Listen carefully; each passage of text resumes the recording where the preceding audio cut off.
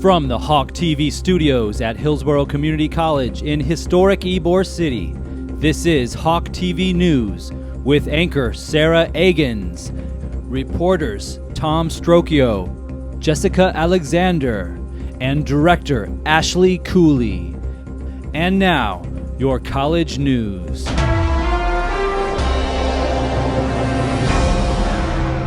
Good evening, HCC. I'm Sara Agans. Thanks for joining us.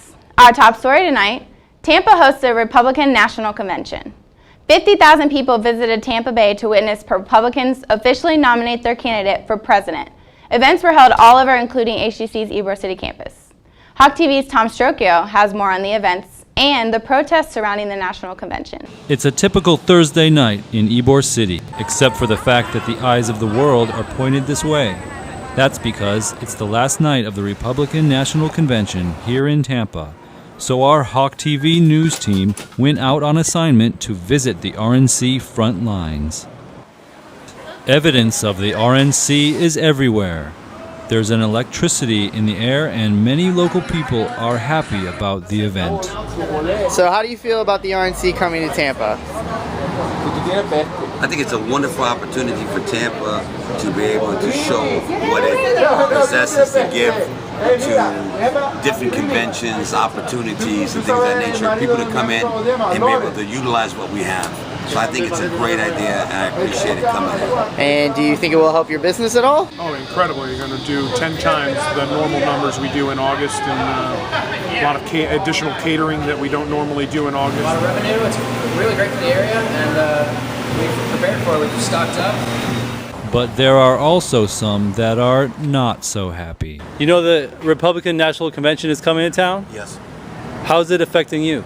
They won't let. They trying to lock us up and stuff, man. They trying to lock you up? Yeah, cause we homeless. What they doing to you? They say we got a tote bag to take us to jail, man. For what? I don't know. We ain't doing that. So we took a Tico trolley to Channelside, where the Tampa Times Forum is holding the convention. The Republican Party's presidential nominee will be speaking here in just a few hours.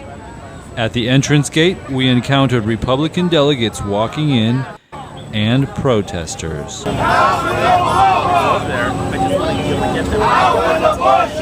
Surprisingly, the protesters weren't denouncing Mitt Romney or the Republican Party.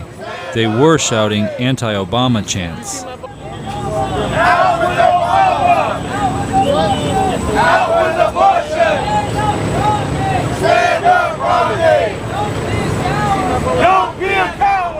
Due to heightened security and proper preparations led by Tampa's mayor, Bob Buckhorn, police say arrests were minimal, and city officials believe that Tampa just hosted one of the most successful and peaceful Republican National Conventions of all time.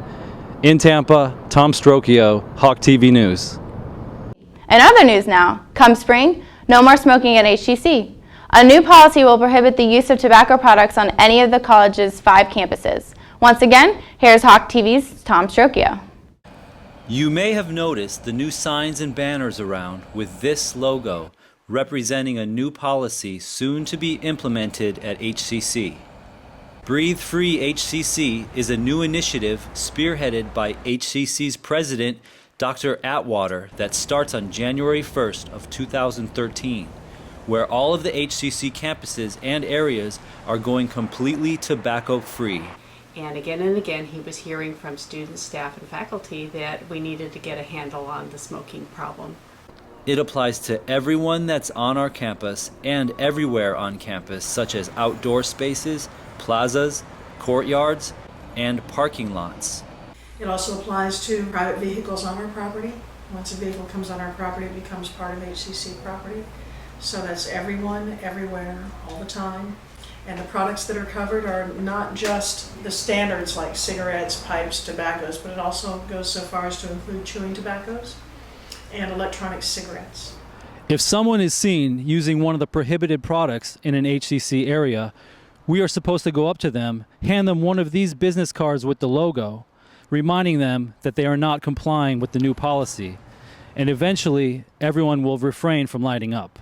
How do you think the students are going to respond to the changes? I think any type of change is going to be difficult for everyone, students, faculty, and staff. It's going to be a lifestyle change for some people. We're definitely understanding of that. What do you think about the campus going tobacco-free on January 1st? I think it's great because I'm in the dental assistant program and I care a lot about teeth, and tobacco is awful for your teeth. You got to have a pretty smile. I'm for it because I think it's in everybody's best interest if the campus remains smoke-free for health reasons, and I think it's just nice to have an overall rule for everybody to follow. There's plenty of air and room for other people to walk around me smoking. I don't see what the big deal is. It's not going to stop people from smoking. I actually like the idea because being tobacco free is obviously more healthy, and if it's actually forced, people might actually stop using it. So if they stop smoking and stop using tobacco, everyone becomes healthier. HCC has taken a stand of being an advocate for health and wellness. We know that often people become addicted to tobacco during their teenage years and college years, and setting the example of a tobacco-free environment is a way to help model that behavior. There's a lot of resources available to our students and employees, and everything you need to know about Breathe Free HCC is located on the website hccfl.edu/tobacco-free. Once adapting this new policy, HCC will be joining USF and the University of Florida as another completely tobacco-free Florida school. We hope that this first semester in which we communicate the policy will help people get prepared for the implementation date of January 1st. In Hillsborough County, Tom Strocchio, Hawktv News. According to the American Cancer Society, more than 400,000 people die from tobacco-related illnesses every year in the U.S. alone. The Work Opportunity Tax Credit Program is one federal program that encourages employers to hire ex-felons. Under the program, the government will offer up to $2,400 in federal tax credits for hiring ex-cons. HCC's mass communication students had the chance to be an award-winning journalist this semester. Hawktv's Monica Johnson has that story. 20 students showed up at the Ybor Room at our Ybor campus to catch a Pulitzer Prize-winning journalist speak. St. Pete Times writer Lane DeGregory came to HCC to talk to these students about how to write and come across a great story. Putting yourself in the position of having a lot of friends in a lot of different walks of life, so that people come to you with story ideas or people they know of and things they've heard from all over your community. You know, you can't rely on your own contacts and your own adventures. You have to see the clubs that you join or organizations that you're part of or people that know you're a journalist, you're a storyteller, and then they sort of funnel them to you. You know, that's the easy way to get stories. DeGregory prefers to write stories that involve people from the community. Her most important work was The Girl in the Window. It was this story that won her the Pulitzer Prize in 2009 for feature writing.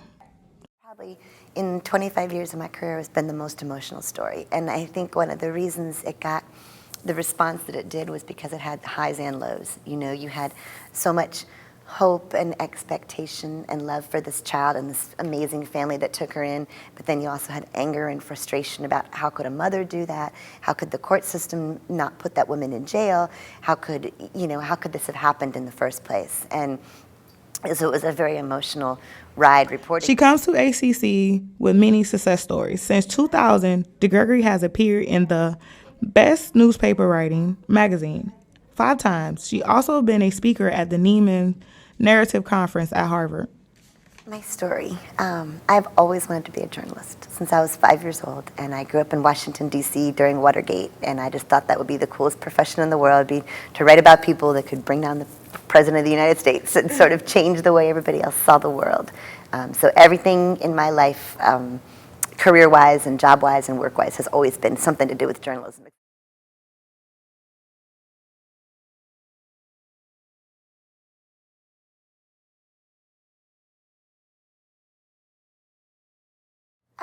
I guess number one, I hope students get the idea of just the love for journalism and people, that you can have fun and do this job that's important, but it's also really reflective of the world around you. Journalism isn't all, politics and sports and unearthing, as I wanted to be as a little kid, unearthing wrongs and, righting wrongs. It's also just about helping people relate to their community.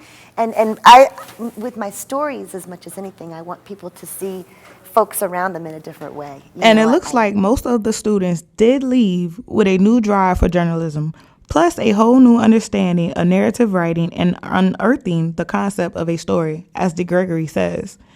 In Tampa, Monica Johnson, Hawktv News. Lane DeGregory is currently a features writer at the Tampa Bay Times. Finally tonight, an unwelcome visitor terrorized a new Tampa neighborhood.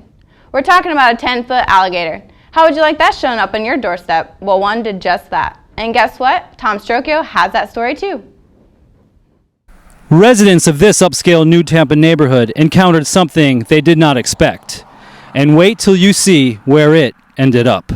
On a normal, quiet Saturday afternoon, neighbors were astonished at what they saw walking down their street and settle near someone's front door. I live across the street and I texted him the photo, telling him not to go outside. Imagine looking out your kitchen window to see this. A 10-foot, 2-inch alligator nestled under your Robolini. The homeowner, who opted not to be on camera, provided this amazing home video of the capture. Good.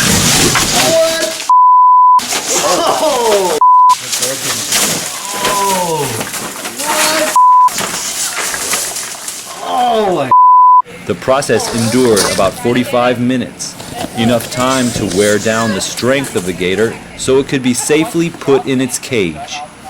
One neighbor first called 911, which is why the police responded on the scene. When facing a nuisance gator, calling the police is not something you should do. What should be the first thing that someone does when they come across a nuisance alligator? Well, just give it a chance, watch him a couple days, and decide if the gator's not going to leave the area. And then if it doesn't, you can call the state hotline and make a complaint. Their phone number is 866-392-4286. Residents are used to seeing alligators on a daily basis, but the sheer size of this animal and the fact that it was in the front yard has them concerned. We have little children and we were concerned that the alligator was going to attack them and maybe, harm them or even eat them. What does a 10-foot alligator eat in a residential area? Anything he wants to. Normally, an alligator eats anything that's available to him in the pond, but, at night they also eat mammals that have come to the pond to feed or drink. What is going to happen to this animal now that it's been caught?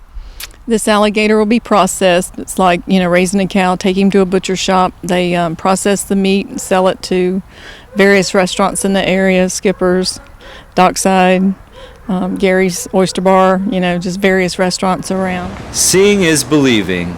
I managed to try and see if our new friend was really at Skipper's Smokehouse, and sure enough, he was on the menu.